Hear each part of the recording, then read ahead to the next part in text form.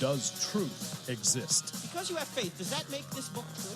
Does God exist? So when someone says there is no truth, if you apply the claim to itself, what should you say? Is that true? They don't think Christianity's true. They're talked out of it. You know why they're talked out of it? Because they've never been talked into it. Cross-examining skeptical and atheistic views. Welcome to Cross-Examine with Dr. Frank Turek.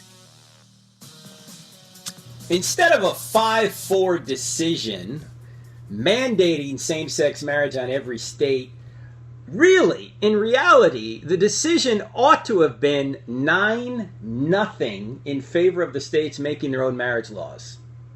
And that's why this last paragraph from Chief Justice Roberts went this way. He said, and I quote, "If you are among the many Americans of whatever sexual orientation who favor expanding same-sex marriage, by all means celebrate today's decision. Celebrate the achievement of a desired goal. Celebrate the opportunity for a new expression of commitment to a partner. Celebrate the availability of new benefits, but do not celebrate the Constitution. It had nothing to do with it." Now, he said that yesterday, in yesterday's opinion. Of course, he's a little bit inconsistent because in the Obamacare decision, he kind of invented the wording to say what he wanted it to say. But in this case, he appears to have it right. And what we're going to talk about today is how we are going to govern ourselves in this country, or how we're supposed to govern ourselves in this country. We're going to talk about the decision itself and the Constitution. And then we're going to talk about where we as Christians can go from here. And I'm talking to some people out there on Periscope. If those of you don't know what Periscope is, it's affiliated with Twitter. I think Twitter owns it. And right now we're live broadcasting on Periscope. I don't know how to get on it, but you guys do probably because you're technologically savvy. But if you want to see a face for radio, what you can do is you can go to Periscope and get on and see what we're doing here. We're going to do most of this program commercial free because we've got a lot to say, and a little bit later in the program, I hope to get to your phone calls at 888-589-8840 to get your insights as to what has happened here and where we go from here.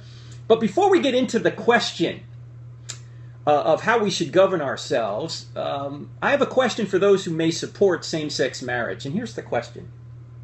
Have you ever had a feeling, or had the feeling, that a controversial issue is so big and so complicated that you don't know where to start? That no matter where you start, your listeners will have tuned you out because they're thinking of 10 objections in their minds that they think defeat your position before you even open your mouth. And since you can't answer all those objections in a soundbite in the first sentence, the people you're addressing don't even listen to you. They don't listen to a word you say.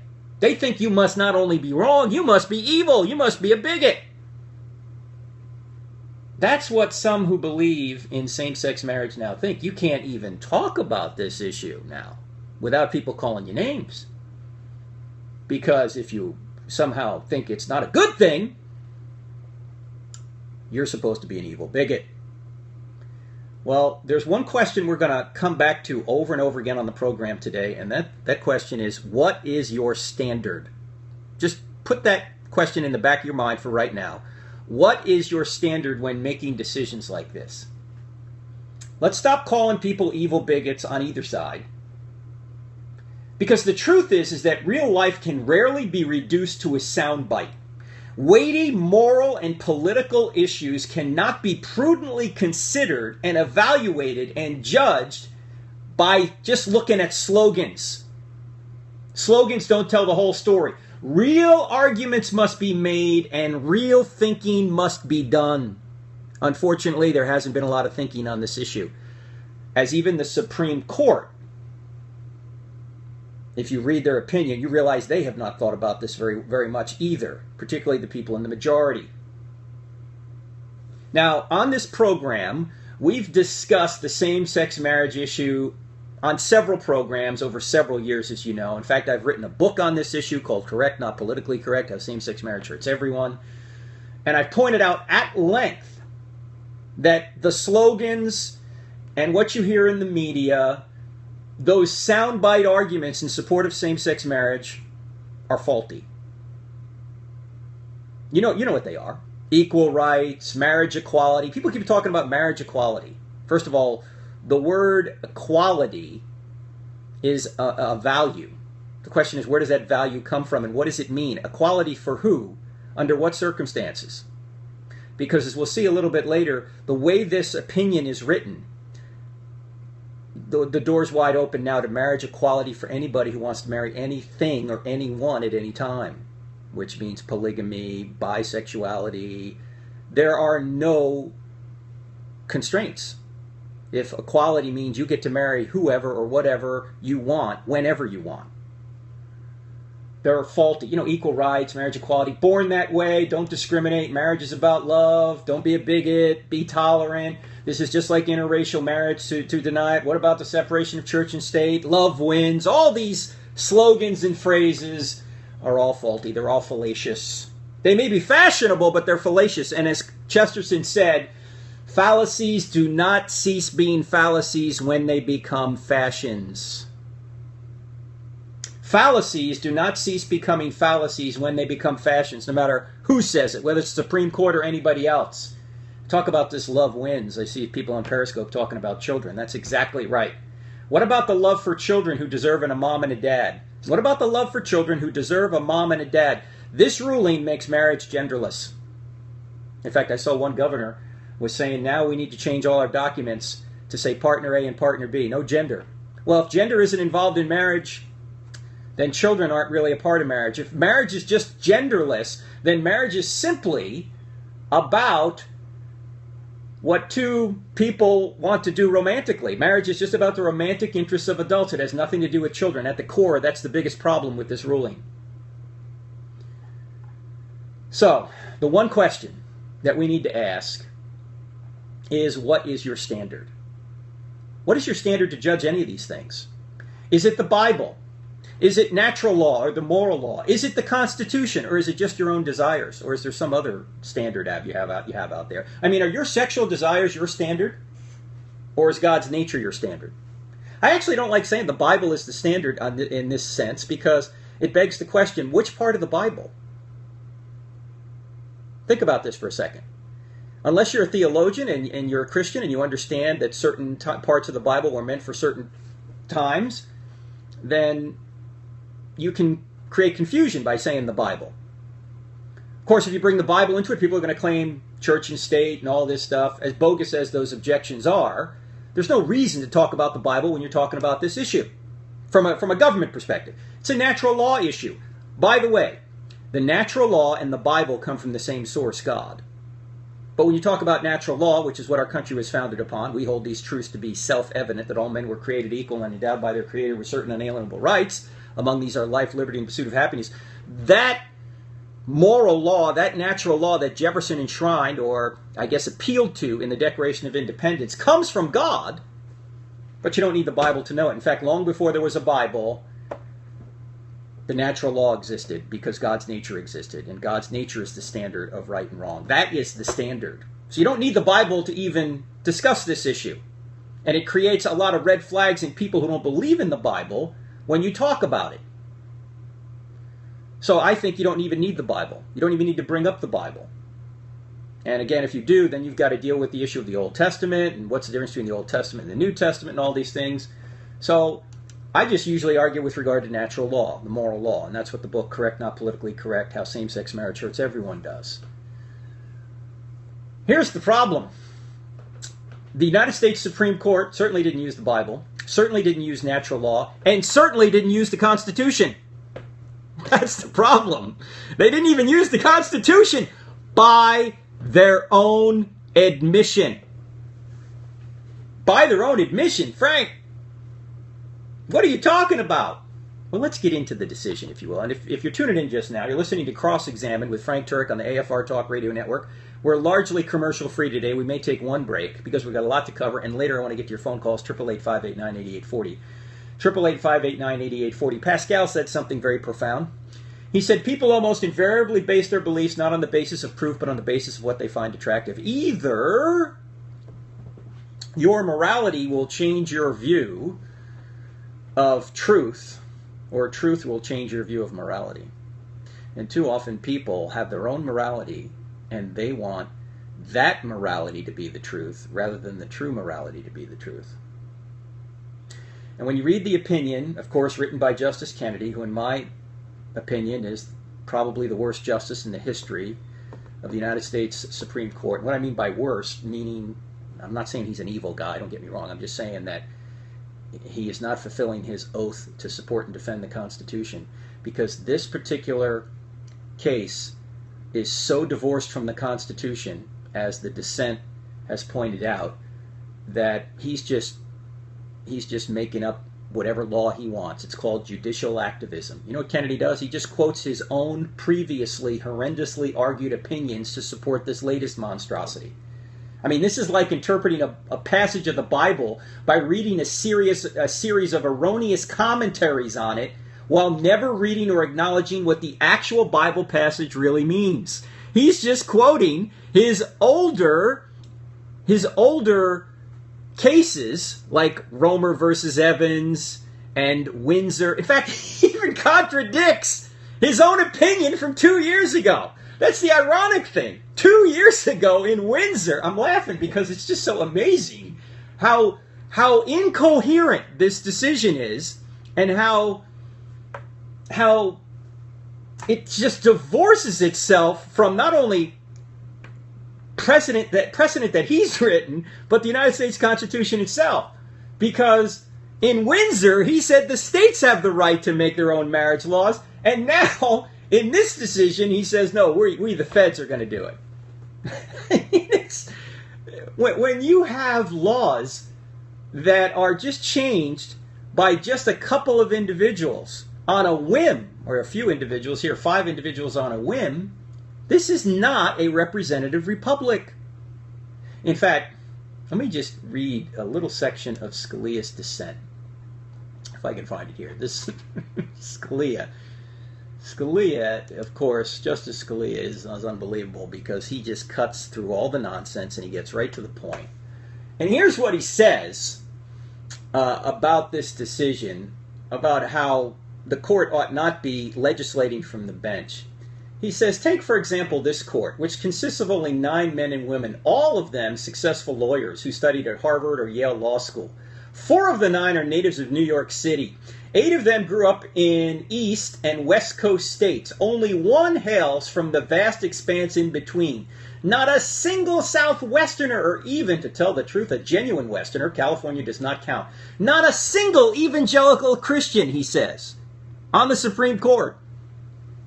A group that comprises about 1/4 of Americans, or even a Protestant of any denomination. Kennedy is a Catholic, obviously not a faithful Catholic, in the sense that he is adhering to what the Catholics and the Pope and the Catholic Church has taught about marriage for millennia now. And he goes on to say this, Scalia, the striking, unrepresentative character of the body voting on today's social upheaval would be irrelevant if they were functioning as judges, answering the legal question whether the American people have ever ratified a constitutional provision that was understood to prescribe the traditional definition of marriage. But of course, the justices in today's majority are not voting on that basis. They say they are not. We're not being judges, we're being legislators. He says, and to allow the policy question of the same-sex marriage to be considered and resolved by a select patrician, highly unrepresentative panel of 9 is to violate a principle even more fundamental than no taxation without representation, no social transformation without representation. Yeah, 5 unelected justices just imposed their will on the people of the United States. I think it was the mayor of may have been D.C., who said something like, this is a victory for democracy. What kind of democracy is he talking about? When 5 people decide the issue instead of the 320 million, most of whom have already approved that marriage should be between a man and a woman? Or in most of the time the vote went to the people, it turned out to be marriage between a man and a woman. This is not democracy or even a representative republic at all. Here's what Justice Roberts said in his dissent. He said, the nature of injustice is that we may not always see it in our own times. The generations that wrote and ratified the Bill of Rights and the 14th Amendment did not presume to know the extent of freedom in all of its dimensions, and so they entrusted to future generations a charter protecting the right of all persons to enjoy liberty as we learn its meaning.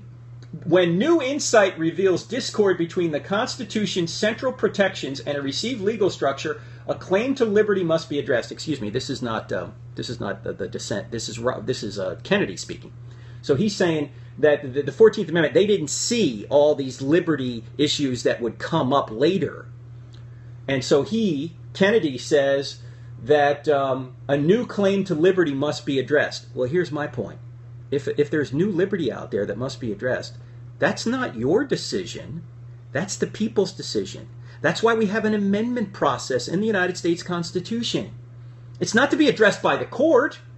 It's addressed by the people through the amendment process. And here is why any rational examination of this case shows that the 14th Amendment can in no way guarantee a right to same-sex marriage or any other kind of marriage, necessarily.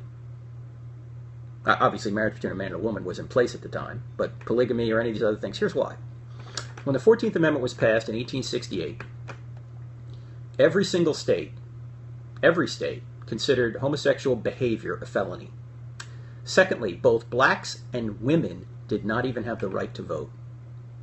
Are you telling me that the 14th Amendment did not guarantee a woman the right to vote, but it did guarantee a woman the right to marry another woman?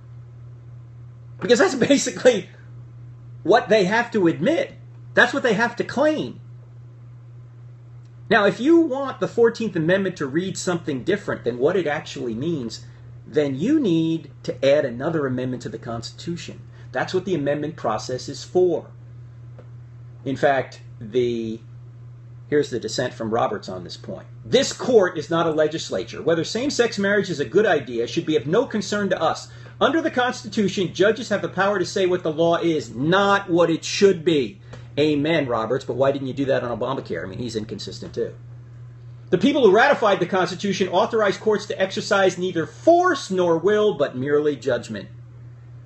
Exactly. Here's my point. If we fail to use the amendment process and permit judges to substitute their own definitions and judgments, and by the way, before I go any further, Cedra, no break. Let's just keep going. We're on a roll here, and I want to get to your phone call, so no break. There's not going to be any breaks today. We're going to go right to the top of the hour. And we're going to get to your phone calls later, so if you're holding on, hang on. 888-589-8840. I think if we fail to use the amendment process and we permit the judges to do whatever we want, we no longer govern ourselves.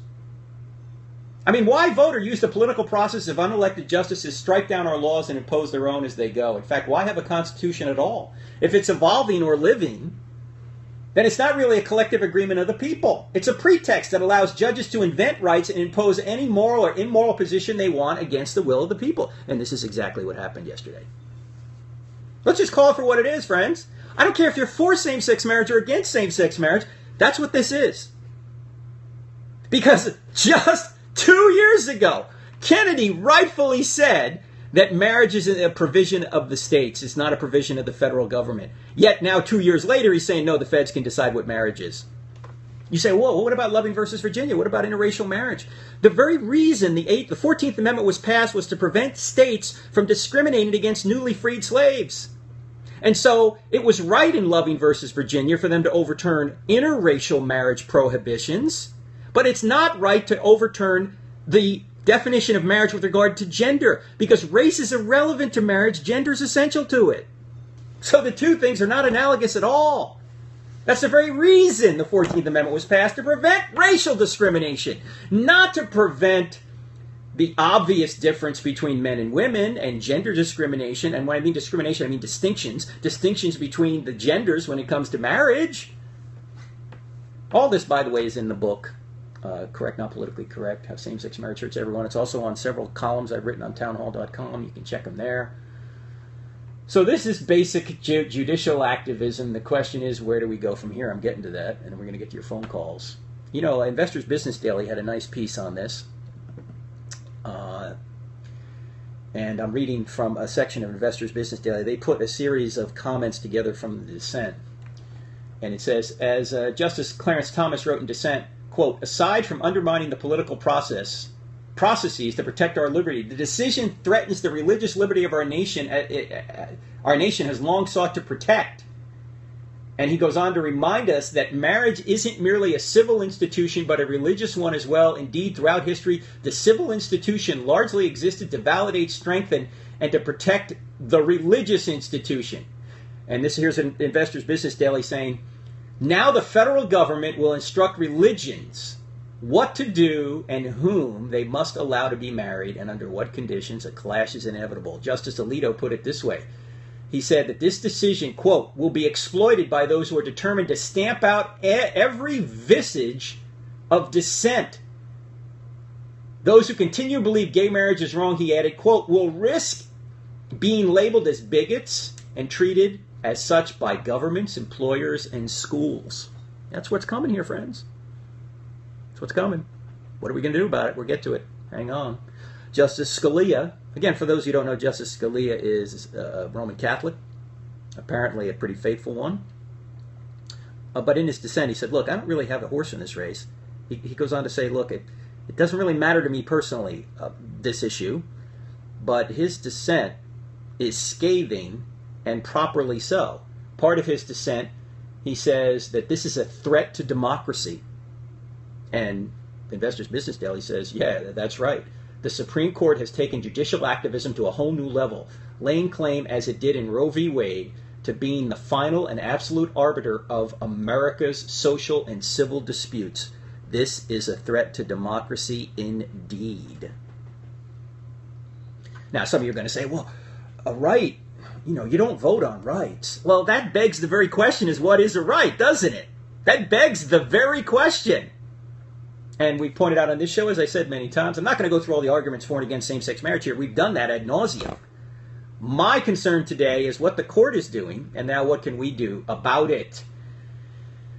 In fact, Justice Roberts from the dissent said this: supporters of same-sex marriage have achieved considerable success persuading their fellow citizens through the democratic process to adopt their view. Actually, you know what? That's not really true.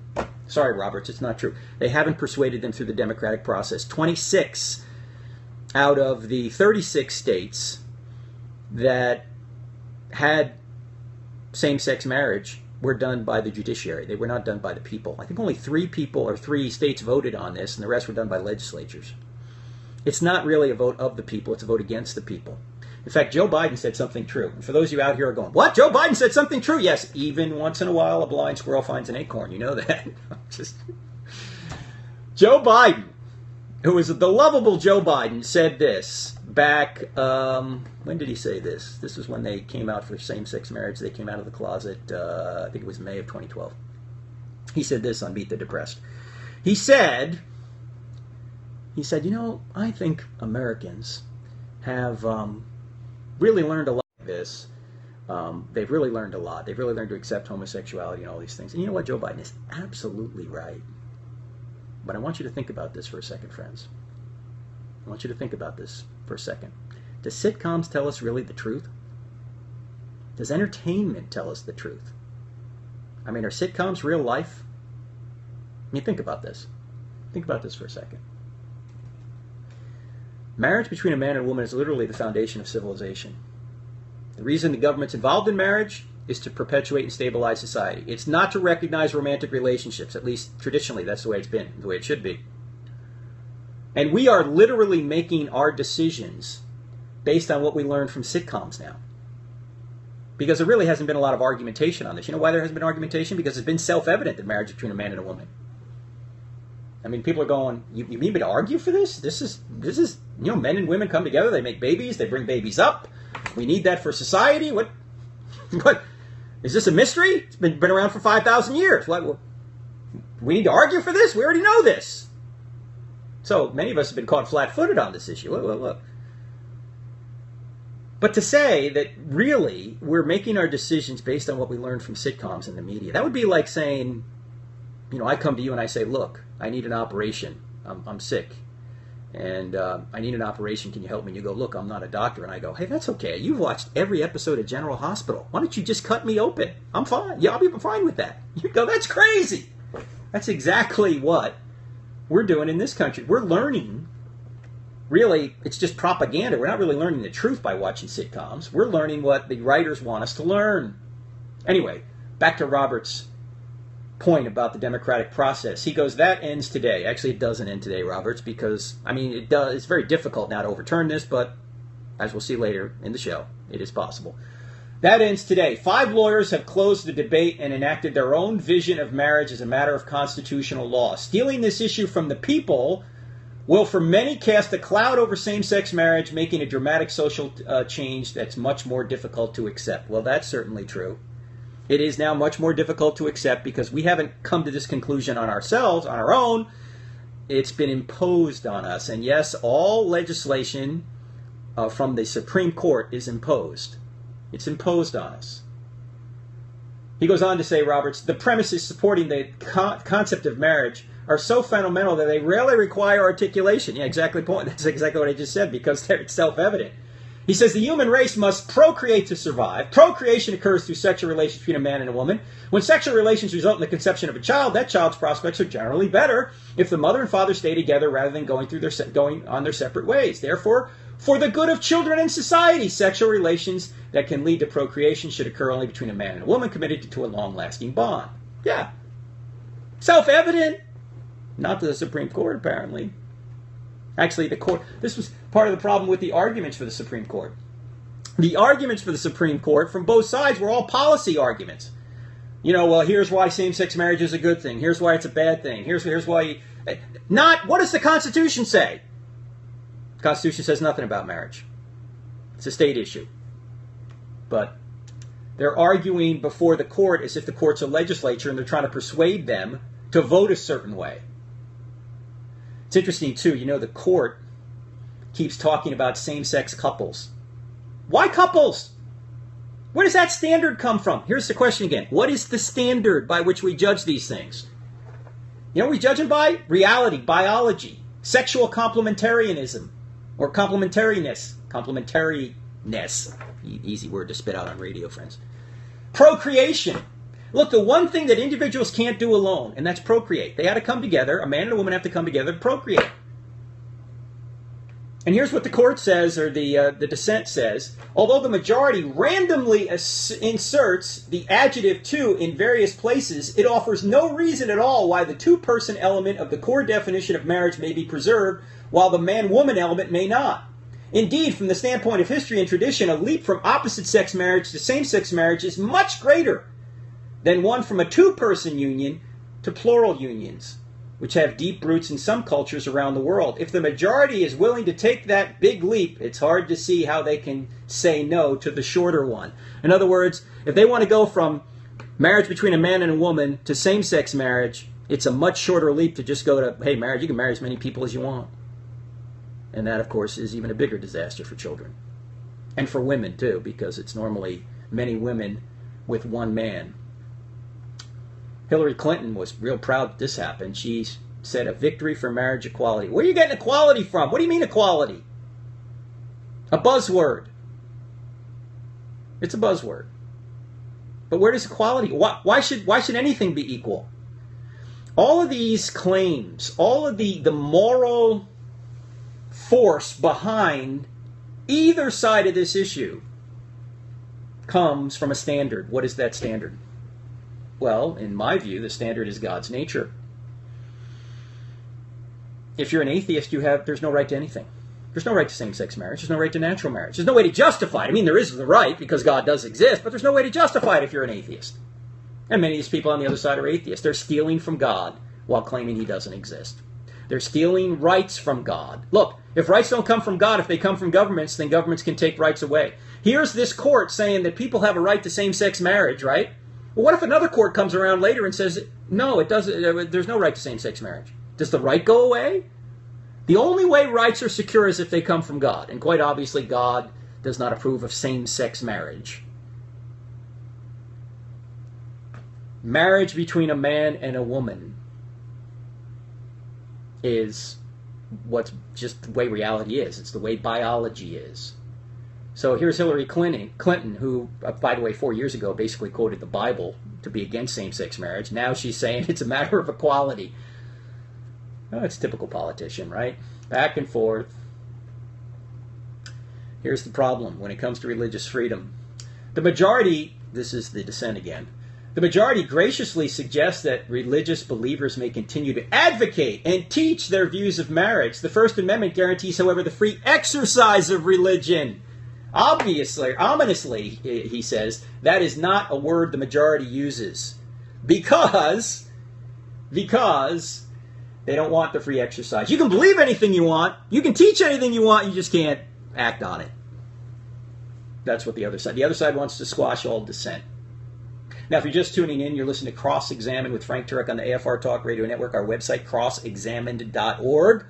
I got to make a quick announcement here about CIA, the Cross-Examined Instructor Academy. The deadline is July 1st. If you want to be a part of the Cross-Examined Instructor Academy here in Charlotte, North Carolina, August 13 to 15, with me, Greg Kokel, J. Warner Wallace, the one-minute apologist, Bobby Conway, Brett Kunkel, many others. You need to sign up real soon this week. We're almost at capacity anyway.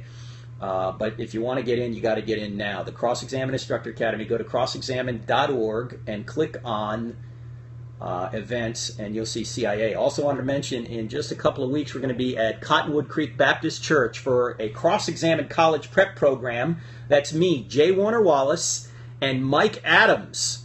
And we're going to, in one day, actually a Friday night, Saturday morning, show you what you need to know before you go to college. This just isn't for high school and college kids, however. It's also for parents and anyone who wants to know why Christianity is true and how to defend it.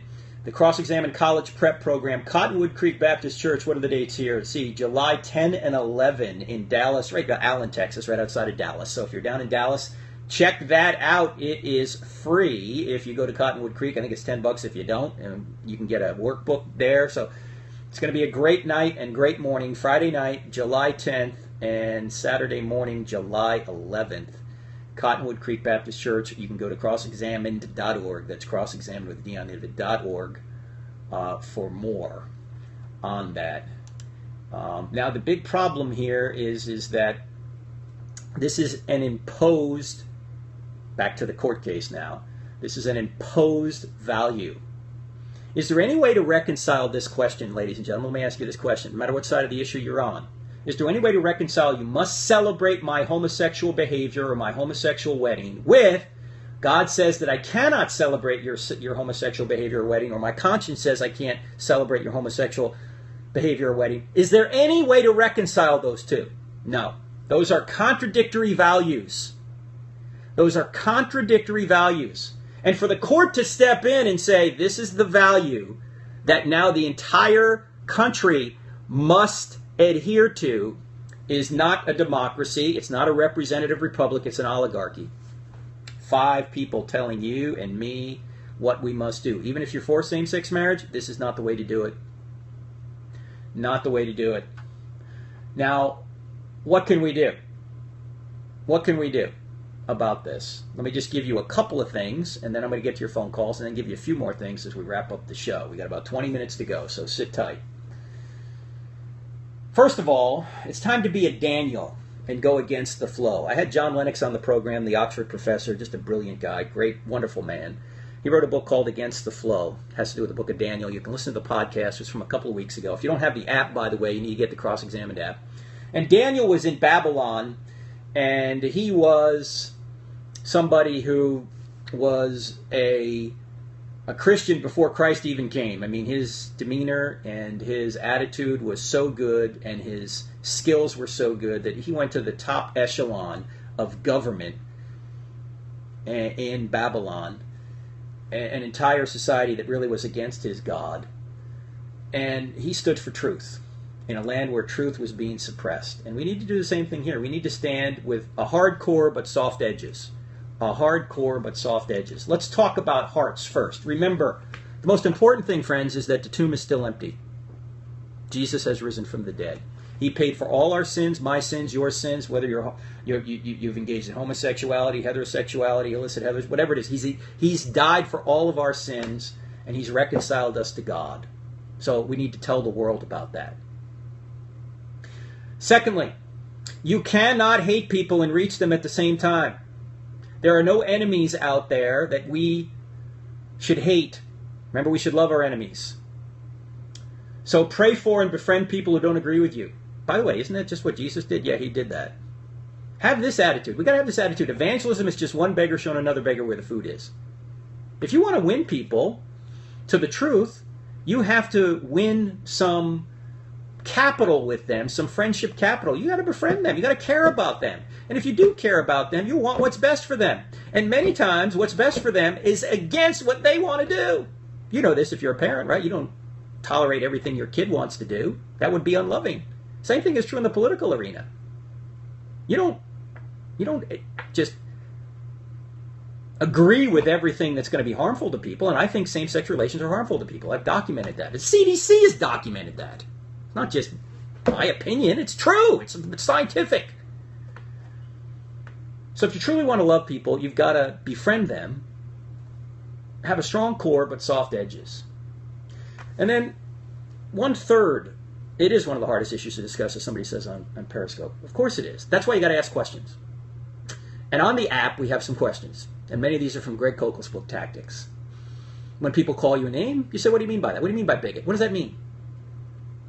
Because as soon as they try and define it, they're going to be in trouble. And how did you come to that conclusion? Are you a bigot because you don't agree with me? Am I a bigot because I don't agree with you? What does that mean? And then you want to ask the question, what is your standard? By what standard do you judge these things right and wrong?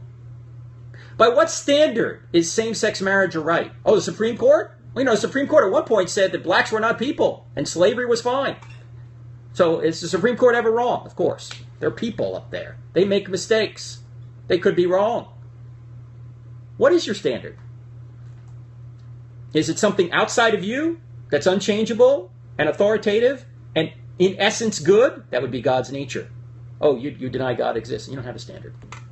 This is just your own opinion. They say, don't impose your morals on me. You say, look, these aren't my morals. I didn't make this up. I didn't make up the fact that men were made for women, women were made for men, and that only children come from men and women, and that they best nurture a child to adulthood. I didn't make that up. That's not my morality. That's just the way things are. And it's amazing to me today that people are saying that they can control their gender, but they can't control their sexual behavior. It's exactly the opposite. You can control your sexual behavior. You can't control your gender. These are the people that say they're so scientific that they can change their gender. I thought you guys were big advocates of science. What happened with science? You can't change your gender. Surgery can never correct a psychological issue. Unless you're talking about lobotomies here, but you know what I'm talking about. You can't correct a psychological issue with surgery. Genetically, you are a man or a woman. Now, I know there may be some exceptions, and maybe hermaphrodites out there. I know that whole thing. That's very rare. But genetically, you're a man or a woman. That's scientific. You can change your sexual behavior. You can't change your gender. I've noticed this, too, that conservatives basically want to change their behavior to fit reality, whereas liberals want to change reality to fit their behavior. You ever notice that? Liberals want to change reality to fit their behavior. Now, as well-intended as that might be, it's a fool's errand. You cannot change reality by your behavior. You need to change your behavior to fit reality. So, remember, the tomb is still empty. You can't reach people by hating them.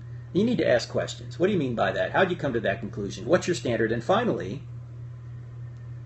have you ever considered that the reason the state's involved in marriage, or should be involved in marriage, is to perpetuate and stabilize society? It should be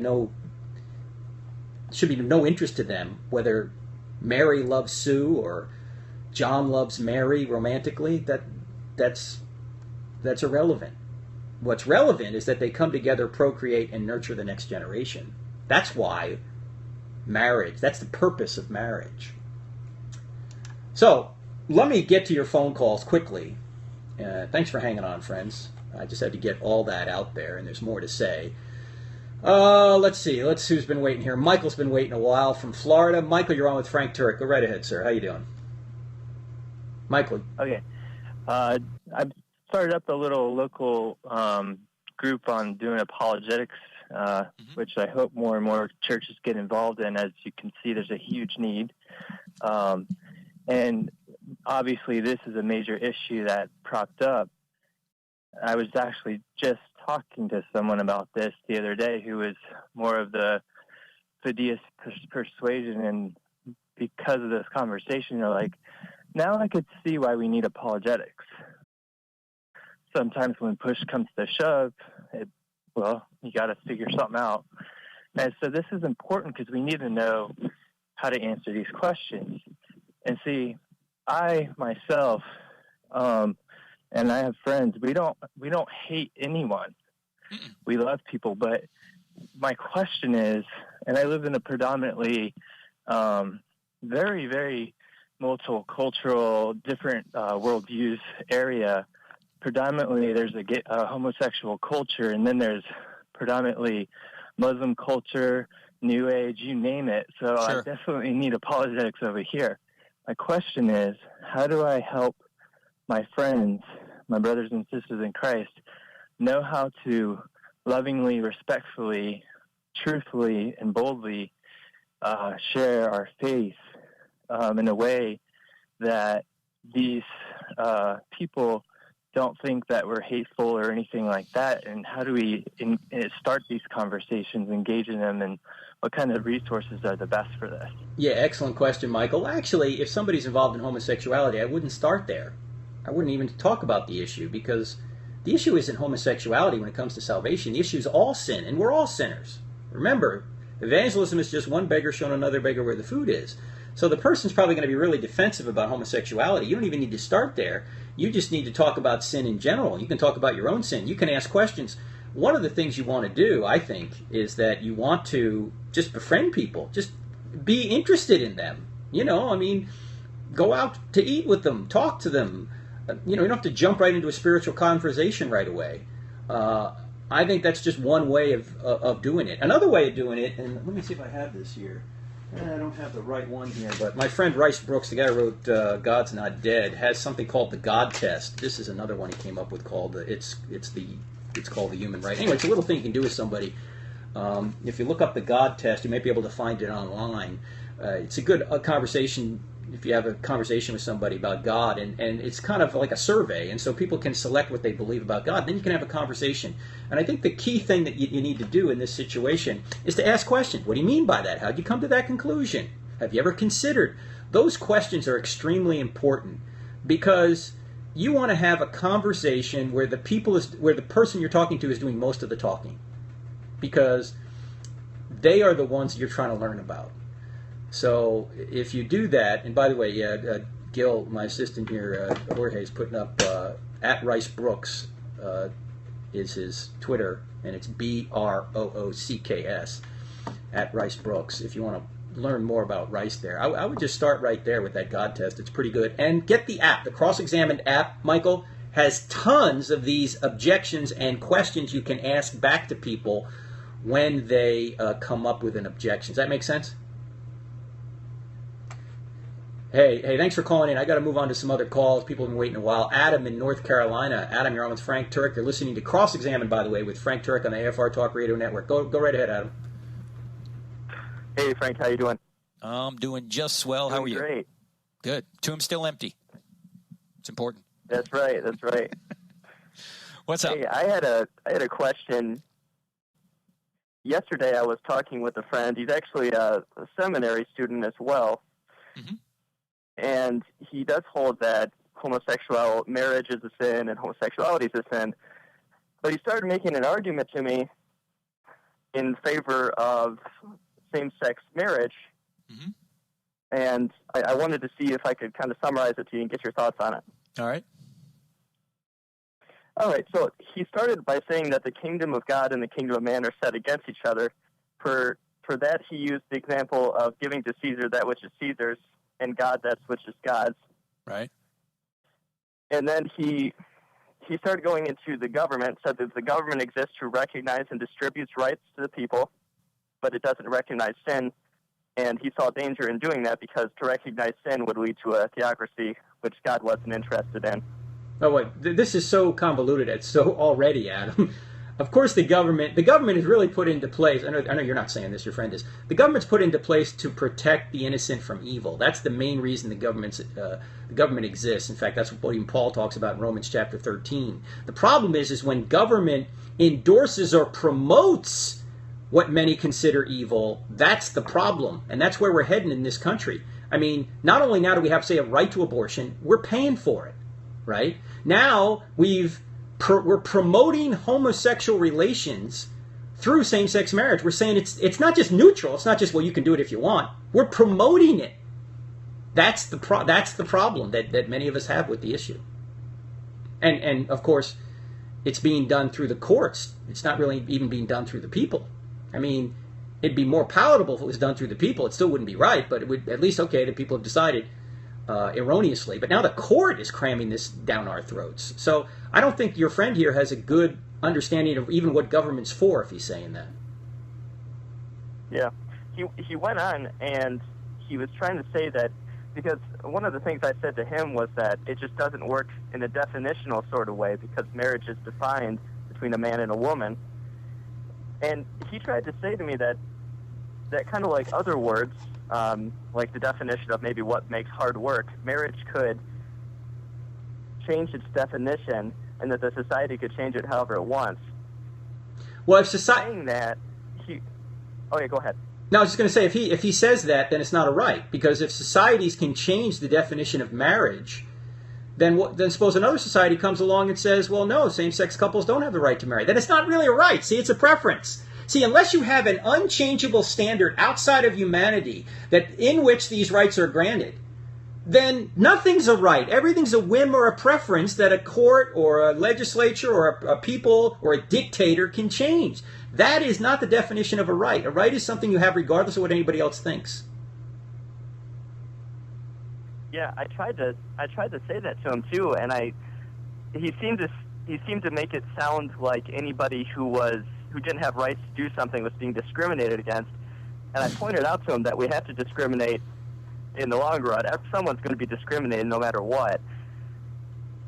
Yes, in fact, I tried to point out to him. Yeah, I was just going to say, in fact, point out to him that rights are going to be taken. I mean, no matter what. Well, that begs the question: what is the right? Is the Supreme Court now saying that polygamists have rights, or bisexual people should be able to marry two people? You see, because that is the logical extension of their current ruling right here. I mean, why two people? Why not three? Why not four? Why not mixed marriages in terms of gender? You see, rationality is out the window with this court, and that's part of the problem. I appreciate it, Adam, but I got to squeeze in another call and make a couple more comments. So let me try and just squeeze one more call in quickly. Chris from Tennessee, only got about a minute or two, Chris. So go quickly if you would. Yes, sir, Mr. Turk. Thank you for taking my call. I have comments real quick. One in relation to what you were saying about sitcoms. Yeah. I am so disgusted that every time that this government wants to push an agenda, they refer to the polls. Yeah, right. Look, I've never seen a poll that was over 3,000 people. So how can you take a poll where 58% of the people were in favor of something and that represents the moral majority? It does not. Well, Chris, in their defense, statistically, you can, if you take a random poll of 3,000 people, you'll get a margin of error of just a couple of percent, and you're 95% sure that's what the rest of the populace thinks. But I agree with you in a broader sense that polls, look, Moses was out of step with the golden calf, okay? The majority of the people loved the golden calf, but the golden calf was wrong, okay? You don't take a poll to figure out right and wrong. We don't invent right and wrong, we discover it. And that's the problem with this court here. They're inventing rights rather than discovering them. And when they invent a certain right, they take away the rights, say, of children who really have a right to a mother and a father. And that's one of the biggest problems with this. But I interrupted you. Sorry. Make one more point. It's okay. And that's my second point. Here's my second point, introducing evil. And that's why this was never put to an amendment to give it to the people to vote on a national referendum. Because I noticed yesterday that they never brought up the fact of what has been going on in the schools with kindergartners and with grade school children. And my question is this: where are the rights of the children? We have children who are coming home who are getting these questionnaires and going home to their parents and saying, someone came into our school today and was asking me personal questions about my religion, my parents, do I have divorced parents? Are they gay? Are they single? Yeah, I know. Have I know. ever had a Chris, you're fading out on me, but let me just say this. I agree with you. That's why parents need to be more involved, and that's why you out there need to be engaged.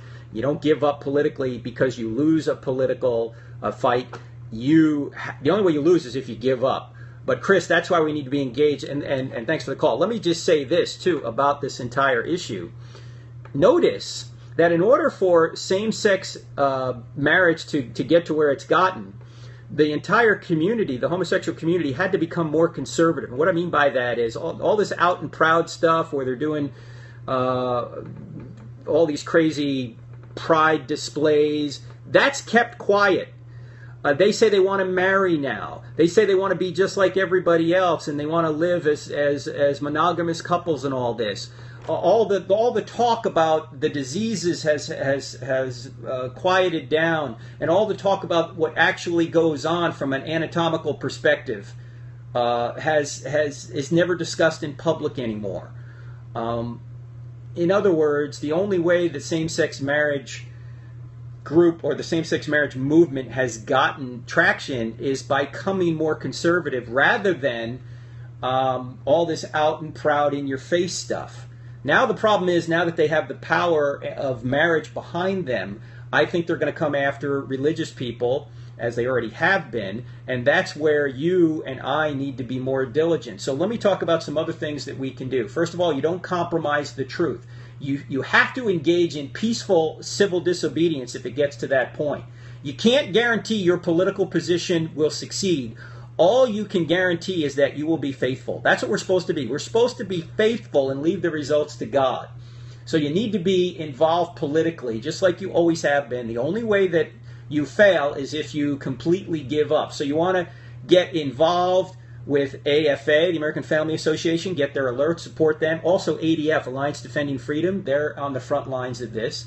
You want to pray and support those who are being persecuted and standing for truth. And you want to pray for people on the other side of this issue too.